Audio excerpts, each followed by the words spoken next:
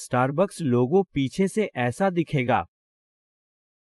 यह उसकी पिछली भाग है और यह खुली हुई है। अब आपको समझना जरूरी है कि यह डिजाइन जानबूझकर और थोड़ा क्रीपी था, जैसा कि आप इस वीडियो में देखेंगे। स्टारबक्स ने कंपनी का प्रतिनिधित्व करने के लिए इतनी अजीब छवि क्यों चुनी, इसे समझने के लिए हमें शुरुआत से जाना जरूरी है। 1971 था और संस्थापकों ने मोबी डिक से प्रेरित होकर स्टारबक्स नाम चुना। सिएटल एक पोर्ट शहर होने के कारण और उनकी कॉफी जहाजों पर आती हुई उन्हें समुद्र से संबंधित ब्रांड चाहिए था। उनकी अगली चुनौती थी एक लोगो ढूंढनी। कंपनी की वेबसाइट के अनुसार जब वे पुरानी समुद्री पुस्तकों का अध्ययन कर रहे थे, तभी एक रहस्यमय समुद्री आकृति ने उन्हें बुलाया। उन्होंने एक जुड़वा पूंछ वाली मत्स्यांगना के 16वीं सदी का चित्र खोजा था, जो बाद में सायरेन के रूप में पहचाना गया। तुरंत ही उन्हें पता चला कि उन्होंने अपना लोगो ढूंढ लिया है।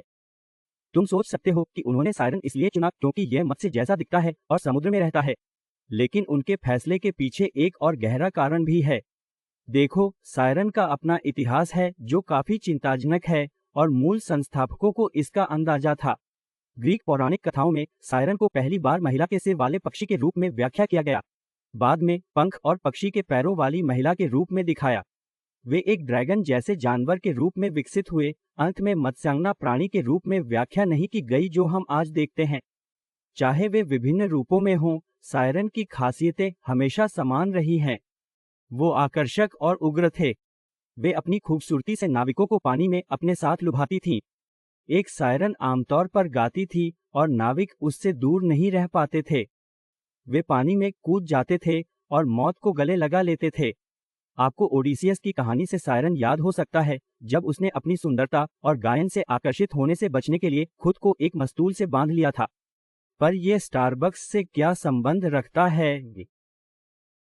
क्या उन्होंने सिर्फ मोहिनी का चयन इसलिए नहीं किया क्योंकि यह मरमेड जैसा था? अच्छा, पहले वाले लोगों को देखो। सायरन की छाती नंगी थी और उसकी विभाजित पूंछ आकर्षक तरीके से खुली हुई थी। यह चित्रण कोई अनियंत्रित घटना नहीं थी।